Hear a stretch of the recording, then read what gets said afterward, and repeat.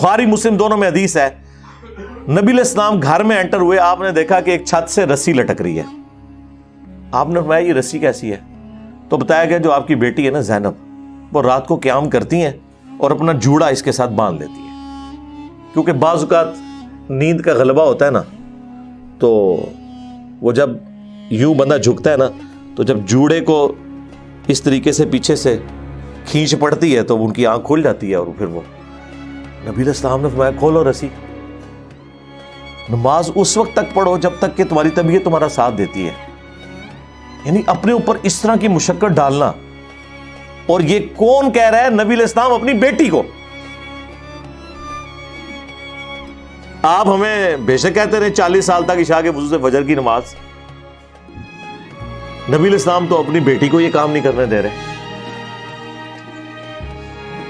नबी अलैहिस्सलाम तो इन चीजों से नाराज हो।